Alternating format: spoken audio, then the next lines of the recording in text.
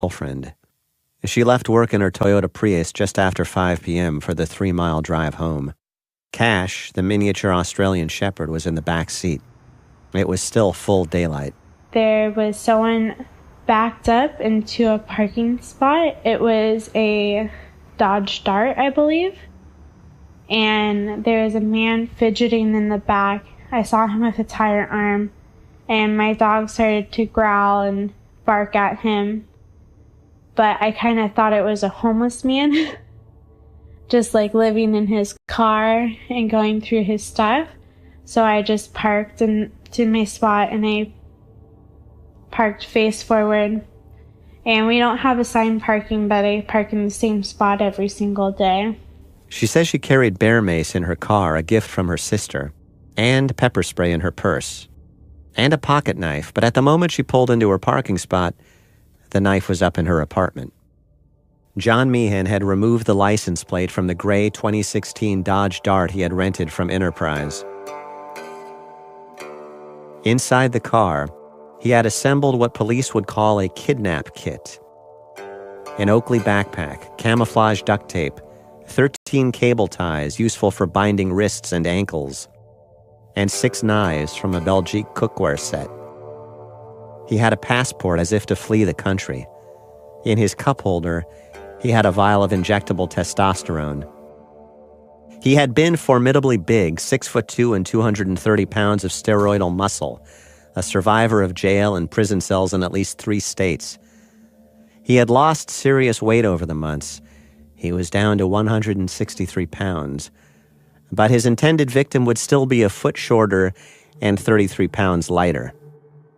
He would have the element of surprise. He would have the knife. It bore no resemblance to a fair fight. And then I got out of my car. I got my dog out of my car. And then I walked to the back license plate. And John came up and grabbed me by the waist, put his arm around my waist, looked me in the eyes, and he said, "Do you remember me?" And I didn't even respond to that. I just tried to get away from him. He started grabbing me, trying to put his hand over my mouth. I bit him. I was pushing him, trying to get away from him. He started to punch me, I thought. But it turns out he was stabbing me. And one of my automatic reflexes was to put my arm up to protect my chest. And I also had my purse with me, so he stabbed my purse a few times, I believe. And then he also got one in my arm that was 1 inch deep. We were just kind of wrestling for seconds, but it seemed like forever. It seemed like minutes. And I was just trying to run away from him, but he kept on grabbing me and kept on trying to stab me. We fell to the ground. My dog was also attacking his ankles and biting him, just going off on him. And I fell onto the ground. I fell on my back. And he was on his knees with a knife, just trying to stab me. 3 floors of apartments flanked the elevated outdoor parking lot at the Coronado's apartment complex.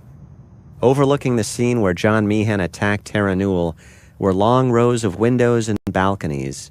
Dozens of them, even scores, afforded a clear view. It was a clear, bright day. Blonde, small-boned Skylar Sepulveda, 14 years old, didn't know Tara but looked like she could have been her little sister. She had just pedaled home from junior lifeguard training at the Balboa Pier on her beach cruiser. She was in apartment T302 wearing only a t-shirt-covered swimsuit when she heard the screaming and went to the window. She saw Tara struggling on her back on the far side of the parking lot a few hundred feet away, and John Meehan above her.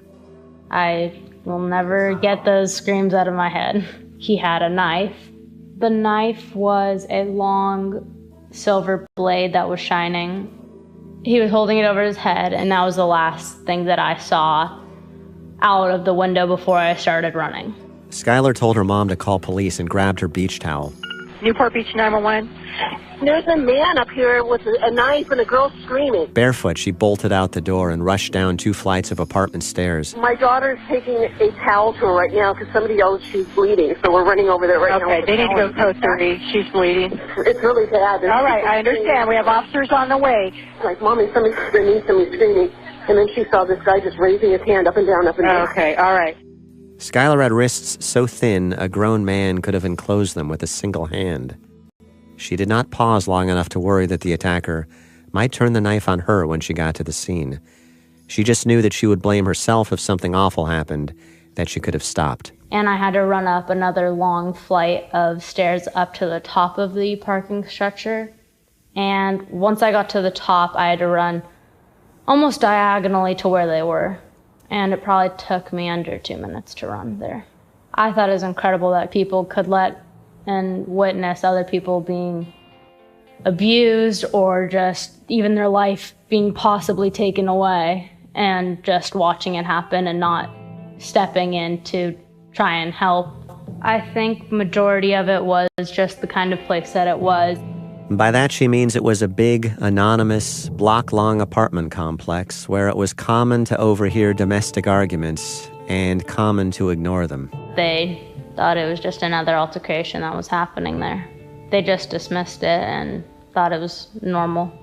The rain boots Tara wore that day were her sturdy pair with thick tread, and it's possible that played a role in what happened next. She was on her back, using her feet and legs to protect herself as he stabbed at her. And I kept on pedal kicking him and trying to block the knife. And then seconds later, just doing this, I knocked the knife out of his hand. The knife flew through the air. It landed on the pavement. It landed inches from her right hand. It landed with the handle pointed toward her. I didn't give it a second thought, and I just started wailing on him and stabbing him. Because I know that if I didn't fight back and wound him, he would continue to try to hurt me and possibly kill me. She connected again and again. His shoulder blade, his triceps, his shoulder blade, his upper back, his shoulder blade, his upper back, between his shoulder blades, his forearm, his triceps, his shoulder, his chest, his left eye, and through it into his brain. She heard him gasp as he fell heavily on top of her. The last one was in the eye. The very last one? Uh-huh. And so, I guess that was my zombie kill.